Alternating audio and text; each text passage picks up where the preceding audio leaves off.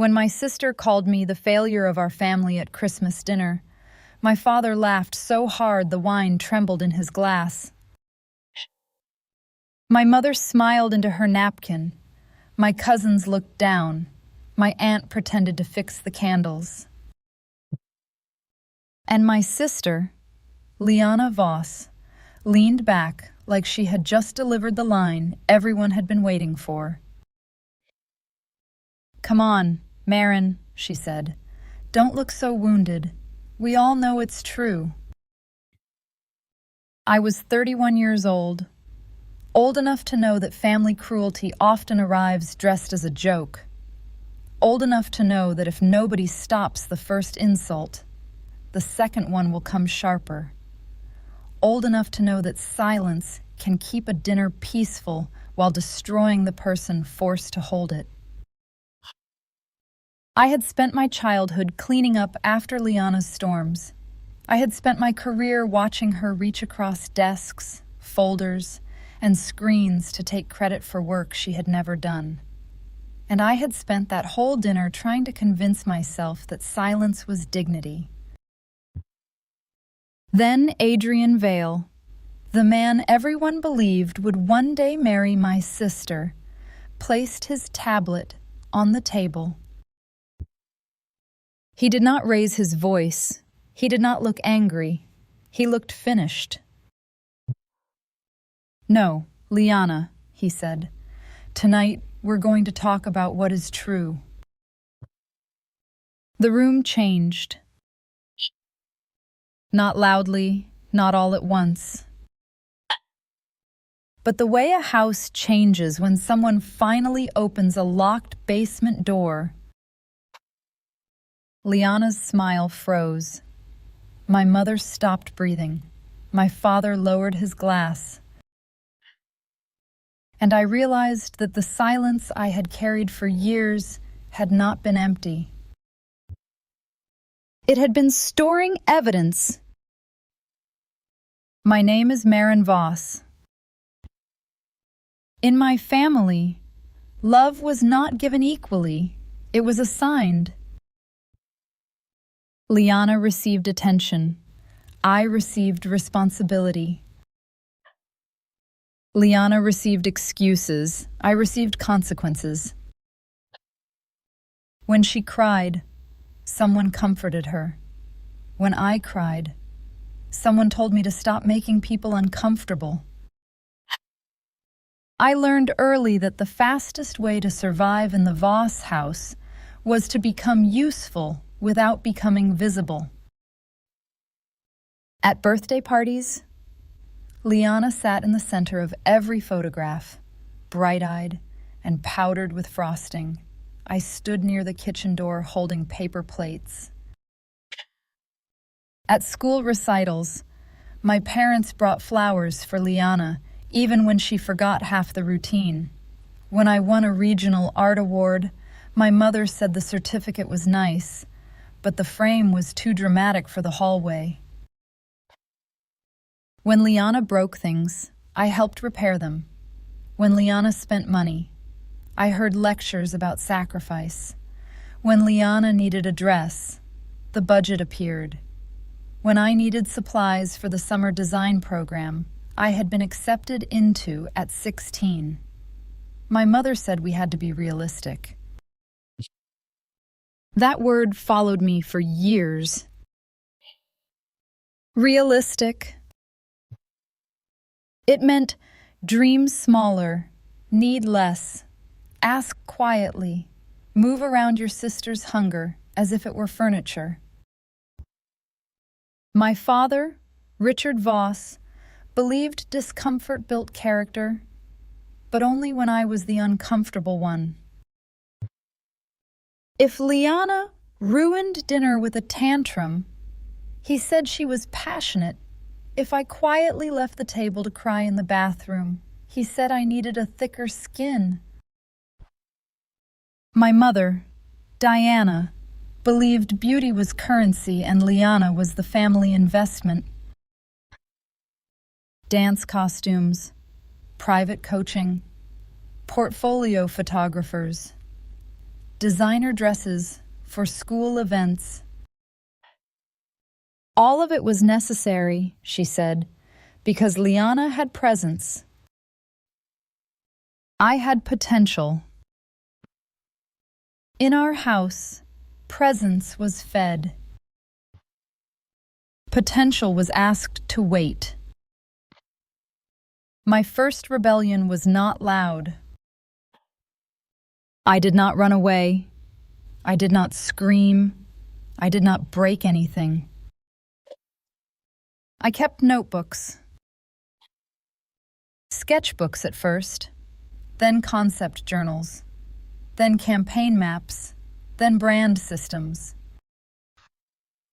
I drew logos in the margins of church bulletins. I wrote slogans on grocery receipts.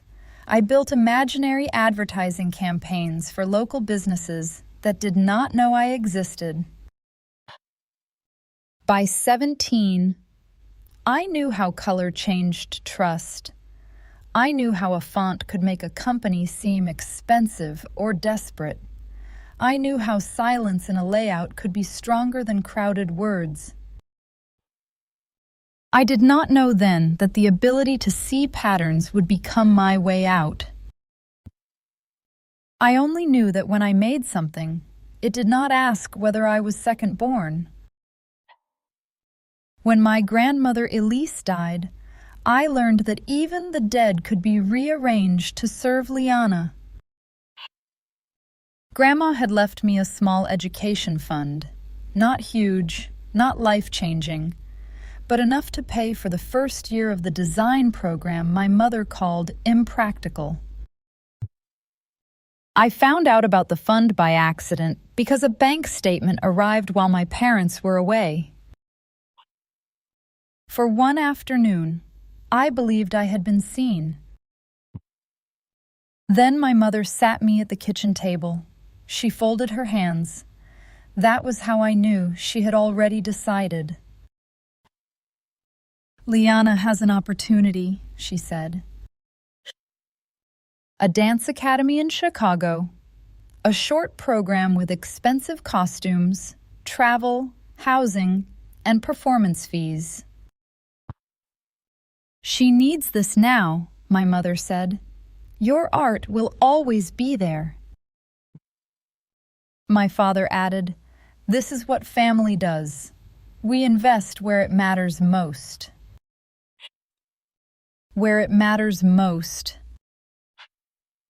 Not in the girl who had drawn every night for 6 years.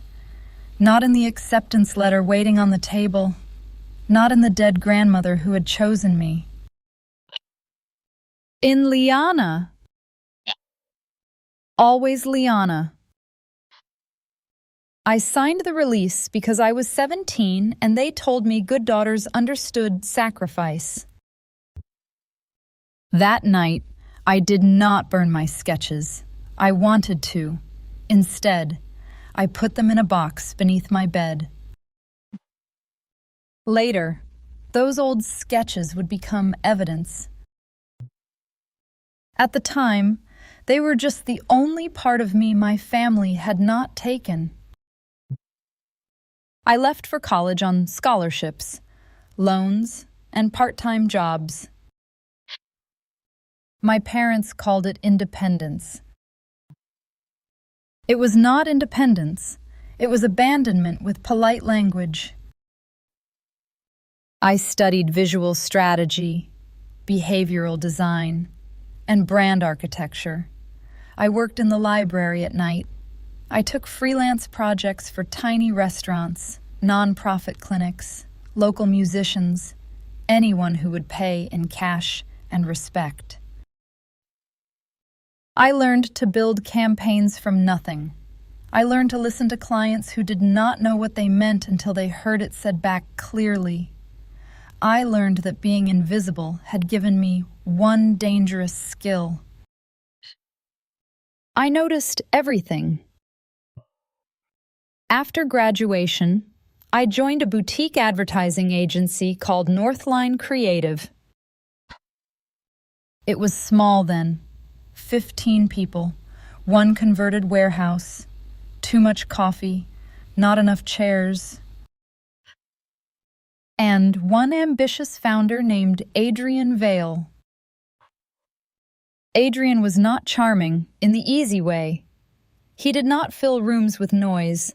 He listened like he was building a map. In my interview, he asked why my portfolio used so much negative space. I said, because people trust what doesn't beg to be believed. He smiled for the first time. You understand restraint, he said. I got the job. For 3 years, Northline became the place where I slowly remembered that work could feel like breathing. I created brand systems, built pitch structures, rescued failing accounts, developed the visual logic that later made the agency recognizable. My name was not always on the front slide. That bothered me, but not enough at first. Because compared to my family, the agency felt fair. I did not yet understand how easily old patterns follow you into new rooms. Liana arrived at Northline like weather. She had left dance, then influencer consulting, then luxury event planning, then something she called creative leadership. By then, she was dating Adrian. I had introduced them at a fundraiser, a mistake I would replay many times. At first, Adrian seemed flattered by her brightness. Liana knew how to make ambition look like confidence. She knew how to turn eye contact into promise. She knew how to speak in polished phrases that sounded strategic until someone asked for details. My parents were thrilled. Liana was made for a man like that, my mother said. I did not ask what kind of man I was made for. I already knew the family answer. Someone practical, someone quiet, someone grateful. When Adrian hired Liana as a senior client liaison, I told myself it would be fine. She would handle rooms, I would handle systems. For a while, that was exactly what happened. Then she started entering my folders. The first time, I thought it was an accident.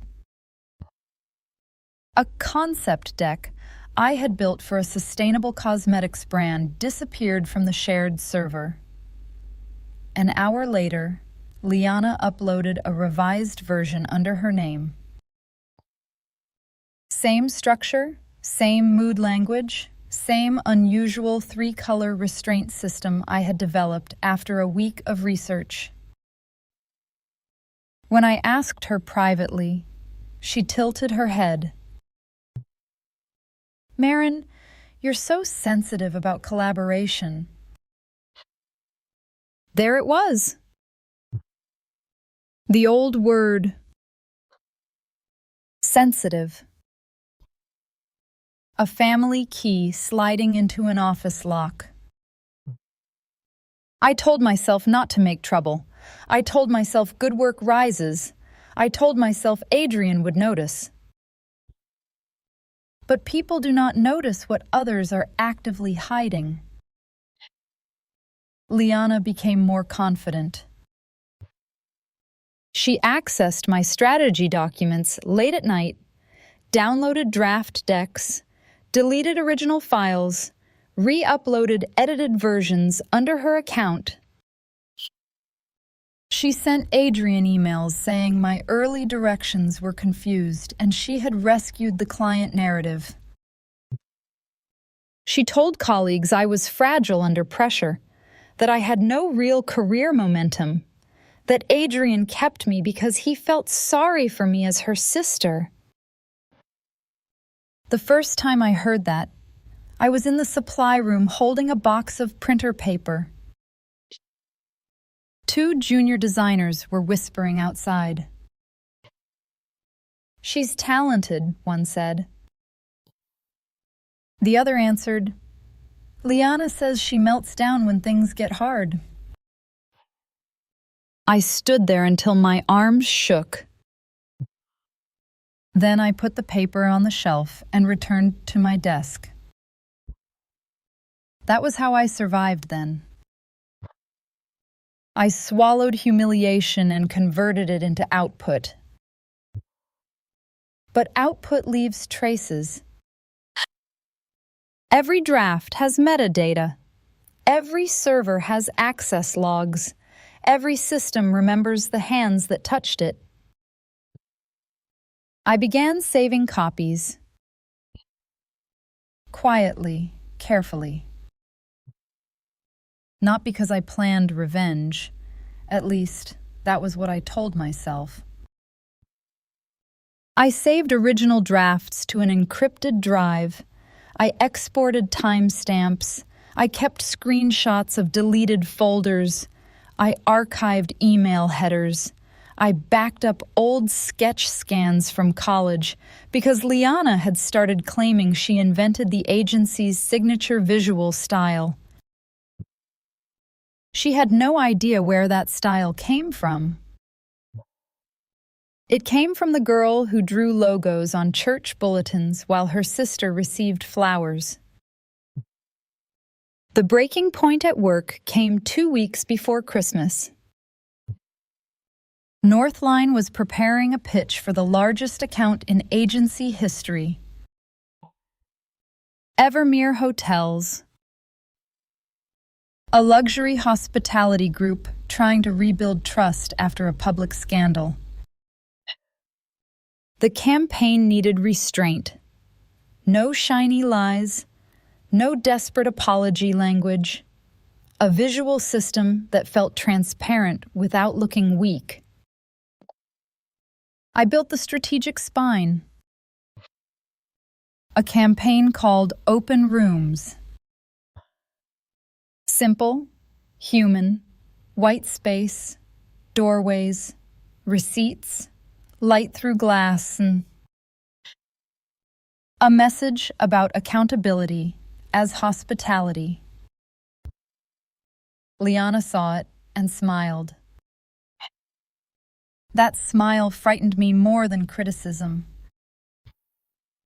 The next morning, my folder was empty. The pitch deck appeared under her name at 8:12 a.m. At 8:37, she emailed Adrian. I rebuilt Maren's messy concepts into something usable. We should be careful letting her present. She's emotionally attached and may spiral if challenged. I stared at the screen until the letters blurred. Then something inside me stopped begging to be believed. I forwarded nothing. I confronted no one. I opened the admin archive. I downloaded the access logs. And for the first time, I did not save evidence like a victim. I saved it like a strategist. I sent Adrian one message. We need to discuss file integrity before the Evermere pitch. He replied within 3 minutes. Tonight, bring everything.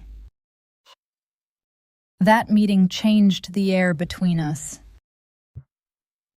Not romantically, not then.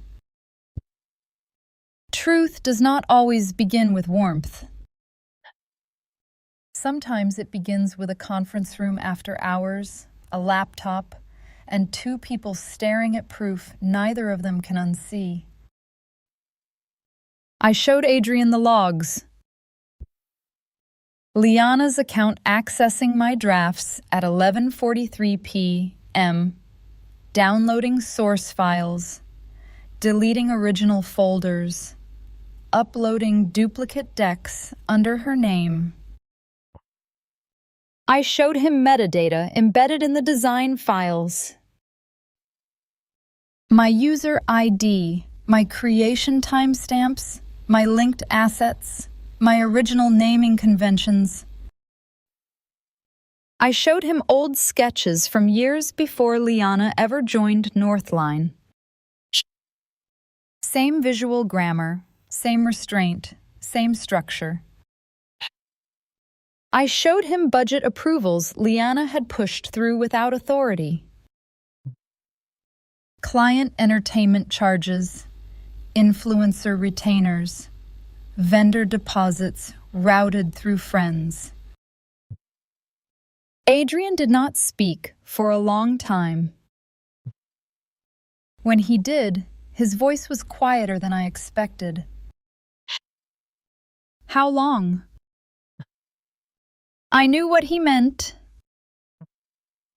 Not the files, not the fraud. The whole thing. I looked at the dark window, where the office lights reflected back like a second room.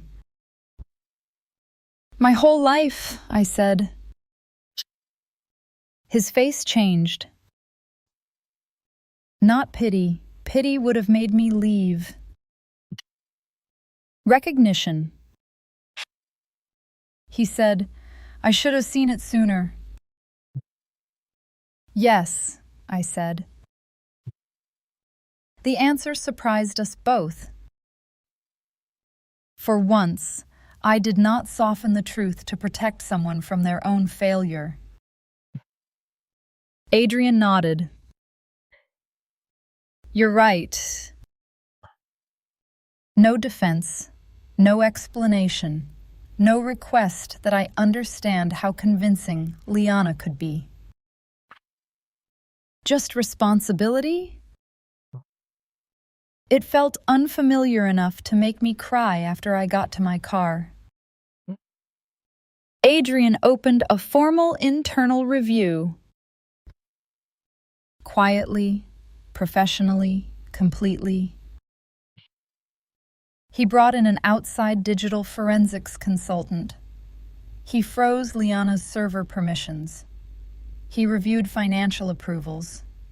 He postponed the Evermere pitch by 48 hours and told the client the agency was correcting an internal integrity issue before presenting. Liana knew something was wrong, but she did not know how much. That made her careless. Carelessness is entitlement under stress. She sent me a message the morning of Christmas Eve. Don't embarrass yourself tonight. Mom worked hard on dinner. Try to act normal for once. Normal.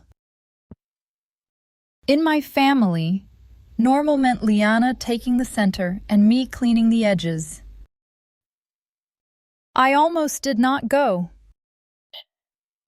Then Adrian called. She invited me, he said. I know. Do you want me there?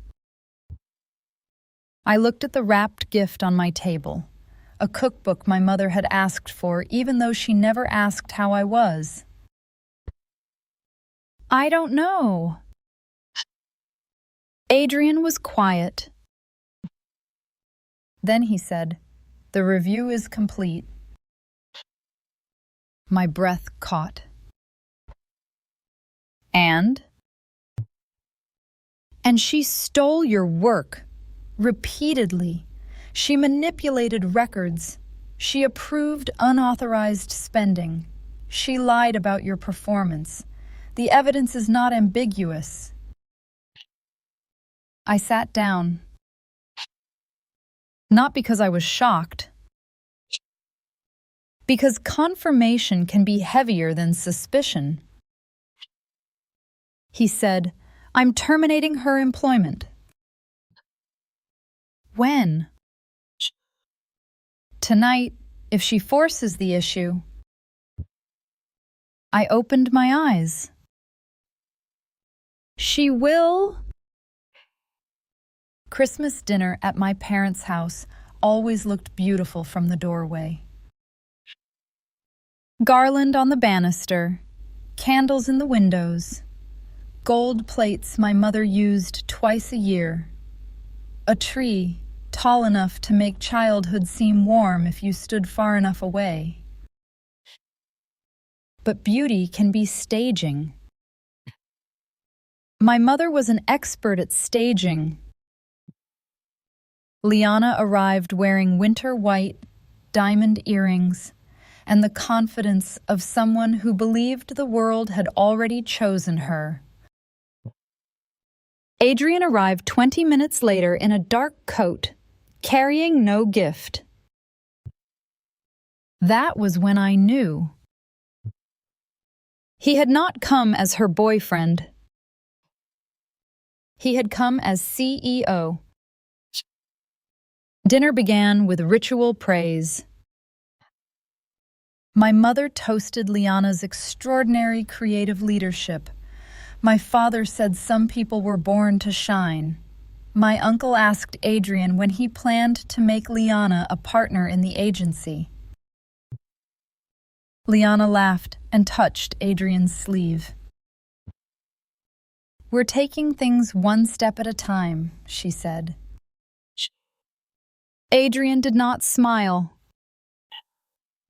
I sat across from them with my hands in my lap, feeling 16 again. The girl whose education fund disappeared into dance costumes, the girl outside photographs, the woman in the supply room holding printer paper while colleagues whispered lies. My mother looked at me. "Maren, you're quiet tonight." Liana smiled. "She's always quiet. It's her brand." A few people laughed. The old training rose in me. Smile, let it pass. Don't ruin Christmas. Then Liana lifted her wine glass. "To family," she said, "and to knowing who we really are." She looked straight at me. "Some of us are builders, some of us are supporters, and some of us are just the family failure." My father laughed. That laugh did more damage than Liana's words. Because her cruelty was familiar. His amusement made it communal. I felt something in my chest fold inward. Then Adrian placed his tablet on the table. "No," he said. "Tonight, we're going to talk about what is true." My mother blinked. "Adrian?" Liana laughed too quickly. "What are you doing?" Adrian stood. "I'm correcting the record."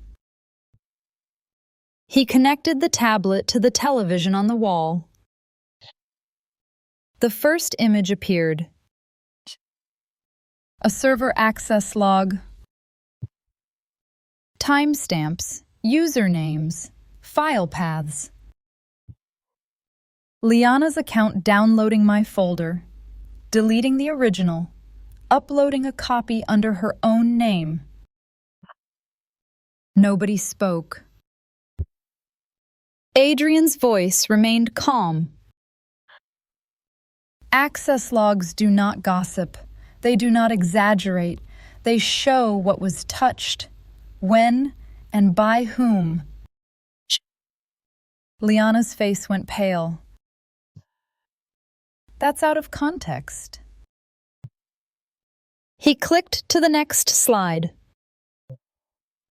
Metadata. My author, ID embedded in the original campaign files. Creation timestamps days before Liana claimed authorship. Design elements from archived sketches dating back years. Adrian said, "This is the Open Rooms campaign. It was created by Maren." My father frowned. "Now wait a minute. Sisters share ideas." I looked at him. For the first time, his reflex to defend Liana sounded pathetic instead of powerful. Adrian turned to him. "Sharing is not deleting the creator's files and re-uploading them under your own name." My father's mouth closed. The next slides were worse. Unauthorized budget approvals, vendor payments routed through Liana's contacts, emails where she described me as unstable, weak, and professionally unreliable. My mother whispered, "Liana?" Liana stood so fast her chair hit the wall. "This is insane. Maren set me up." I laughed once. Not because anything was funny, because the lie was so old it had become boring.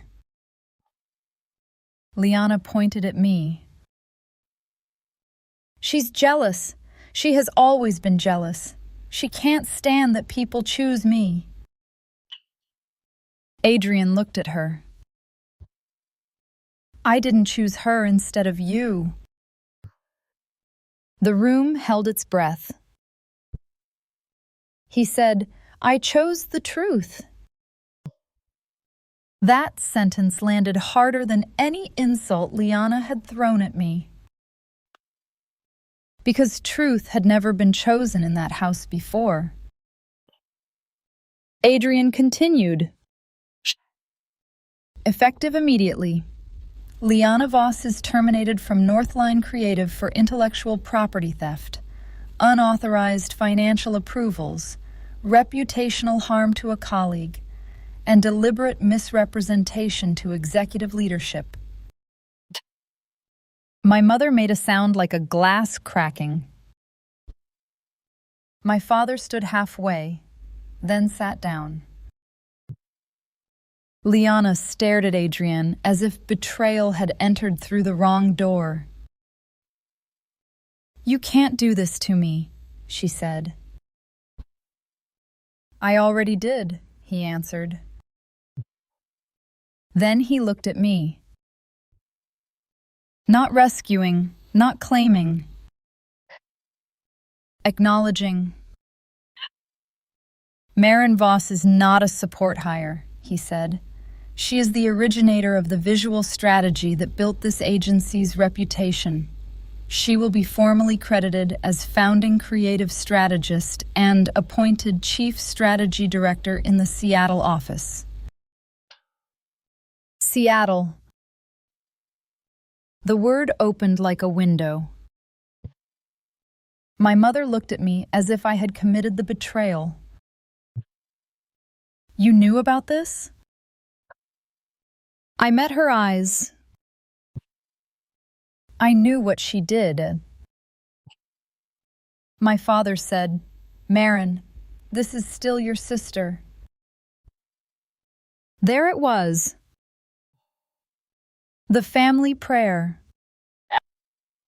The sentence meant to make me carry the knife because the person holding it shared my blood. I stood. My legs shook, but my voice did not. She was my sister when she stole from me. She was my sister when she lied about me. She was my sister when she called me a failure, and you laughed. My father looked away. This time, I did not chase his eyes. My mother began crying. Not the kind of crying that asks what harm was done. The kind that asks why consequences are so embarrassing. "Christmas is ruined," she whispered. I looked around the room. The candles, the gold plates, the tree, the people who had watched me disappear for years because it made dinner easier. "No," I said. "Christmas was staged. The truth just interrupted it." I left before dessert. Adrian walked me to my car. For a minute, we stood under the porch light while snow began to fall. He said, "You don't have to decide about Seattle tonight." I looked back at the house. Through the front window, I could see my family moving in fragments. My mother holding Liana, my father standing uselessly beside the table, the television still glowing with proof. "I already decided," I said. Moving to Seattle did not feel like escape. Escape still belongs to the place chasing you. Seattle felt like direction. I packed my apartment in 3 weeks. The office transition took 2 months. Northline announced the Seattle Strategy Studio with my name where it belonged. Not hidden in a footer, not thanked in a speech, not folded into Liana's glow. My name. At first, I checked every file twice. I watched every folder. I expected theft in every compliment. Healing is not immediate just because people finally believe you. Sometimes belief arrives after the wound has already learned to protect itself. But slowly, work became clean. Credit matched contribution. Meetings had records. Ideas had owners. Disagreement did not become punishment. Adrian and I built a leadership structure that did not depend on charisma.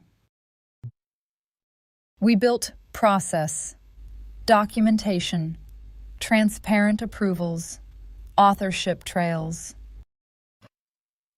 A culture where quiet people were not mistaken for empty ones. Months later, he and I became something more complicated and more careful than colleagues. But that is not the center of this story. He did not save me. He believed the evidence when I finally opened the door. There is a difference. My family tried to pull me back in predictable ways. My mother sent long messages about forgiveness. My father left voicemails about how hard the holidays had been. Liana sent one email with the subject line, "You destroyed my life." I read it once. She accused me of betrayal, jealousy, manipulation. She said Adrian had always wanted me. She said I had waited for the perfect chance.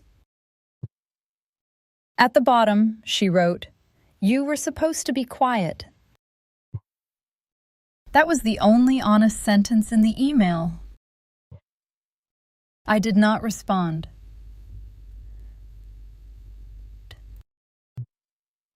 Silence used to be my cage. Now it was a door, and I did not open it.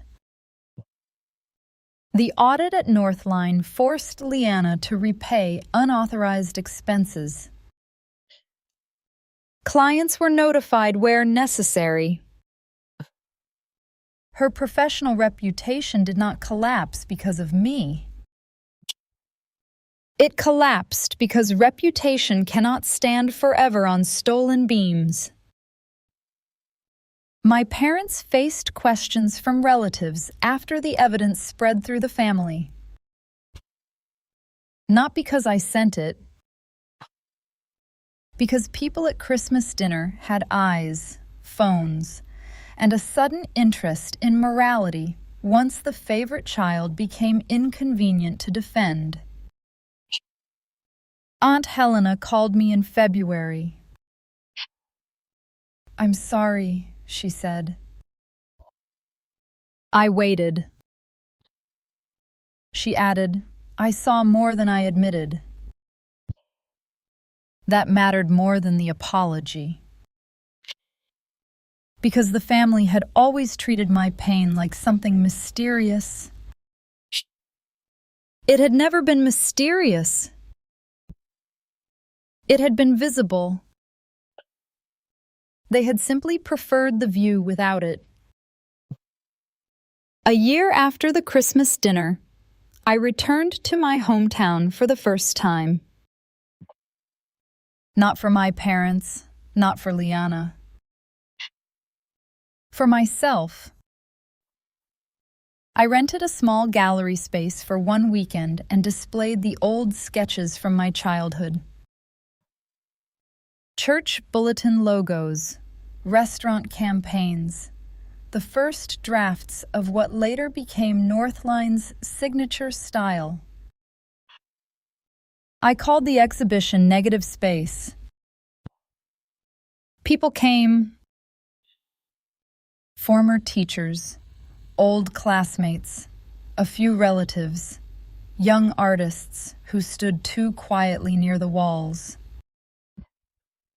One girl, maybe 15, stared at a set of campaign sketches and said, "My mom says art isn't practical."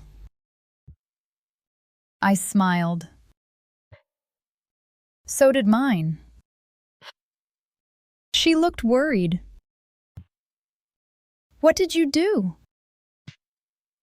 I thought about the education fund, the stolen files, the Christmas table, Seattle, the door of silence. Then I said, "I kept proof that I existed." My parents came on the final afternoon. They walked through the gallery like visitors in a country where they did not speak the language. My mother stopped in front of a sketch dated the year she took my education fund for Liana's dance program. She stared at it for a long time.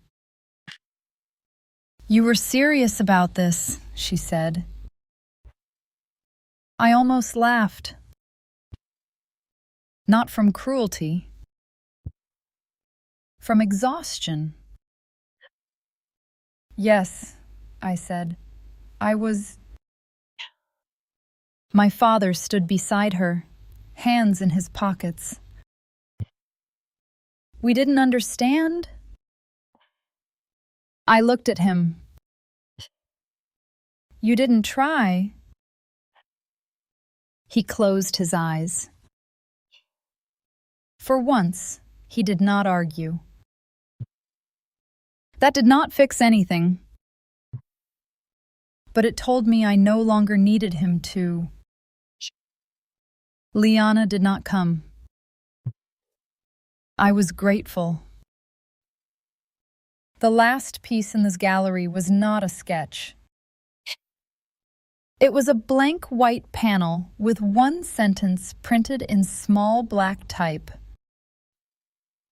Negative space is not empty. It is where the eye finally learns what matters.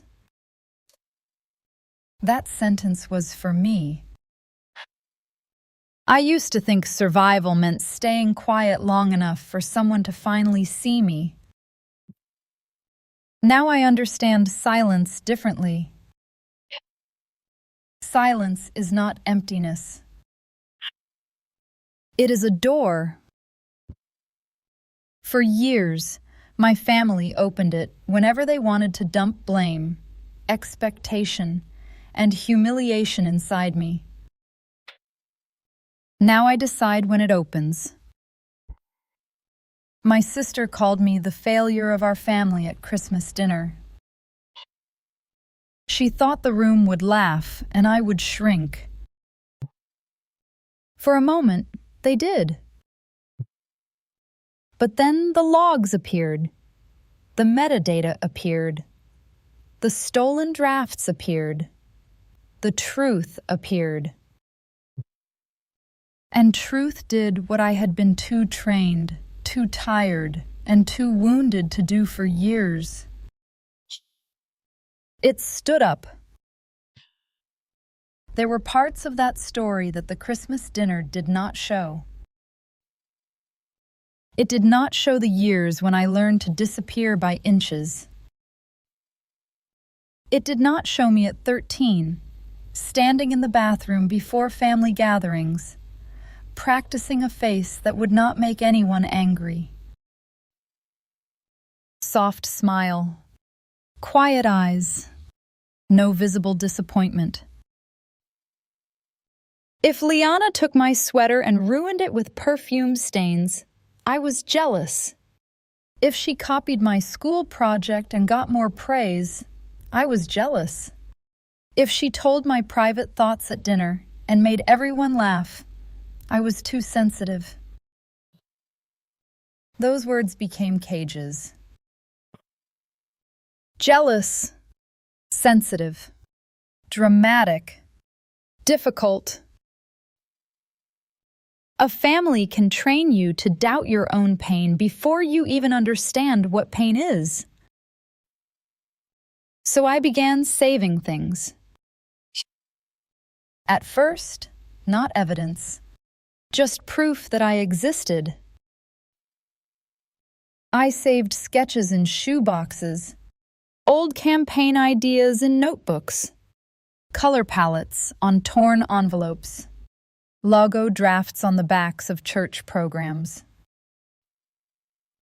There was one teacher, Mrs. Kellen, who saw me before I knew what being seen felt like.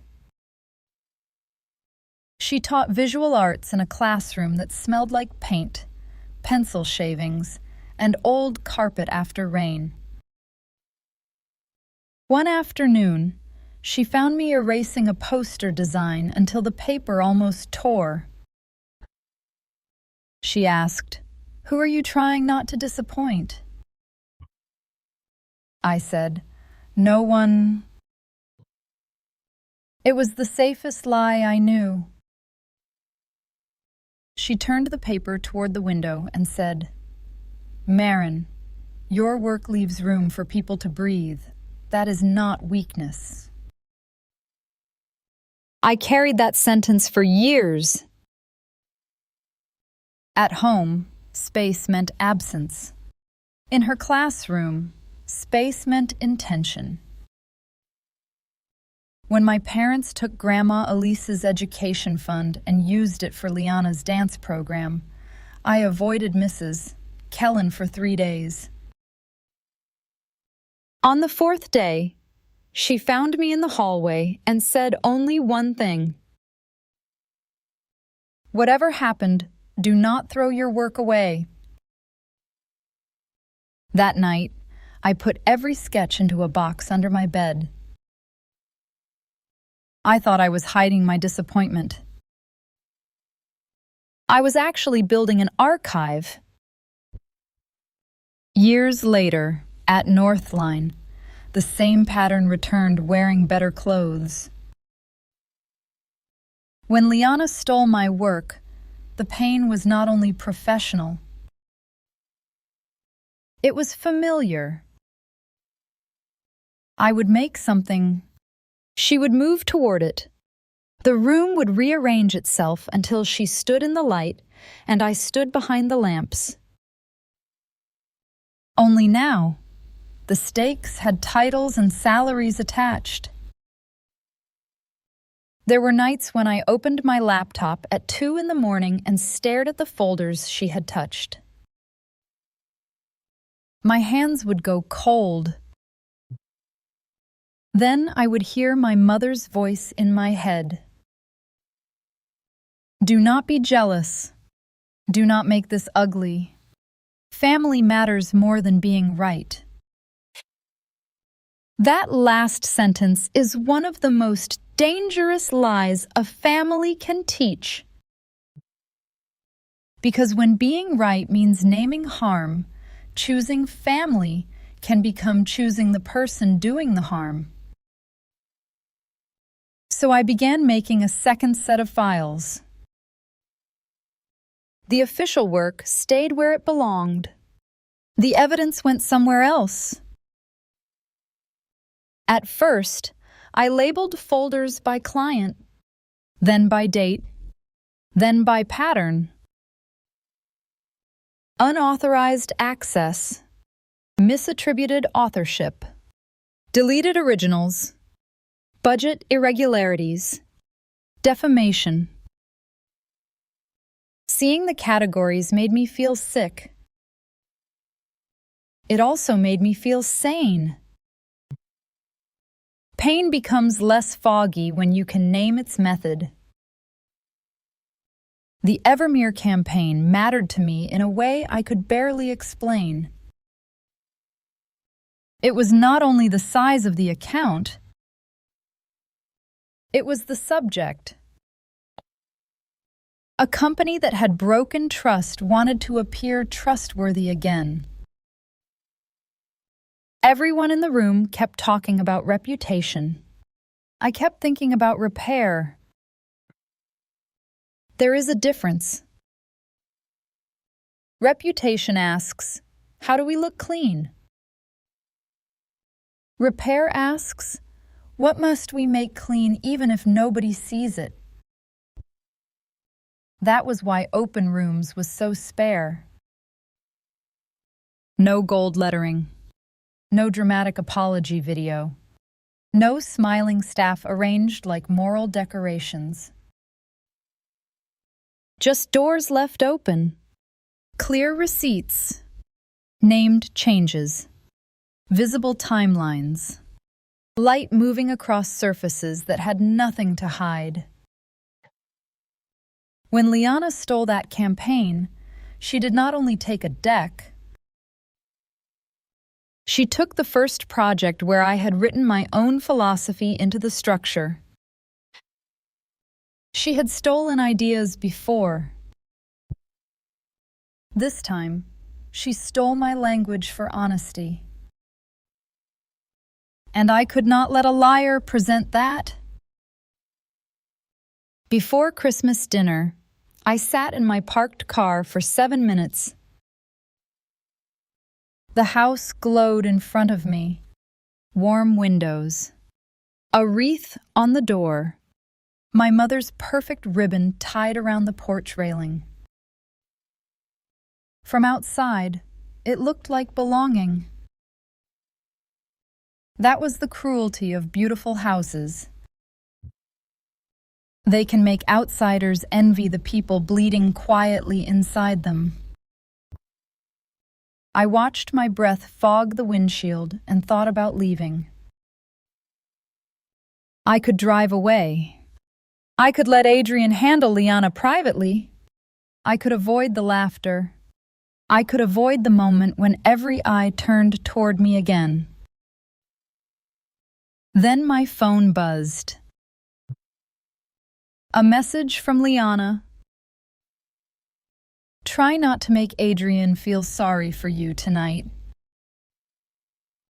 I stared at those words. And suddenly I was not afraid. Not because I knew the night would be easy. Because I finally understood she would never stop unless something stopped her. The moment the evidence appeared on the television, I watched my family learn a new facial expression. It was not guilt. Not yet. It was calculation. My mother looked from the screen to Liana, trying to find a version of events she could still host. My father looked at Adrian, searching for male authority that would rescue him from having to believe his daughter.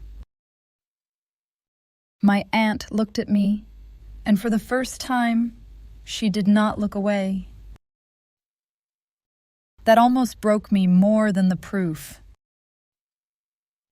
Because being believed publicly is not simple when you have been dismissed privately for years. There is relief, there is rage. There is a child inside you asking why everyone needed a screen when your face had been there the whole time. I wanted to ask them why metadata deserved more trust than my tears. But then I understood. This was not the moment to plead for the past. This was the moment to stop letting the past negotiate my future. The gallery exhibition was smaller than people later imagined. No grand opening. No champagne tower. No dramatic lighting. Just white walls, black frames, and the work I had saved when saving it felt pointless. I stood there before the doors opened and looked at the first sketch. A crooked logo for a bakery that never existed. The paper had yellowed at the edges. There was a water stain in one corner from a night my bedroom ceiling leaked. I used to be embarrassed by those flaws. Now they felt like witnesses. Every mark said the same thing. I was here. I was making things. I was not waiting to become real. By the time the first visitor walked in, I was no longer nervous. The work did not need my family to approve it. It had survived them. I am not the failure of my family. I am the record they could not erase. I am the work they could not steal forever. And I am the silence they no longer get to use against me.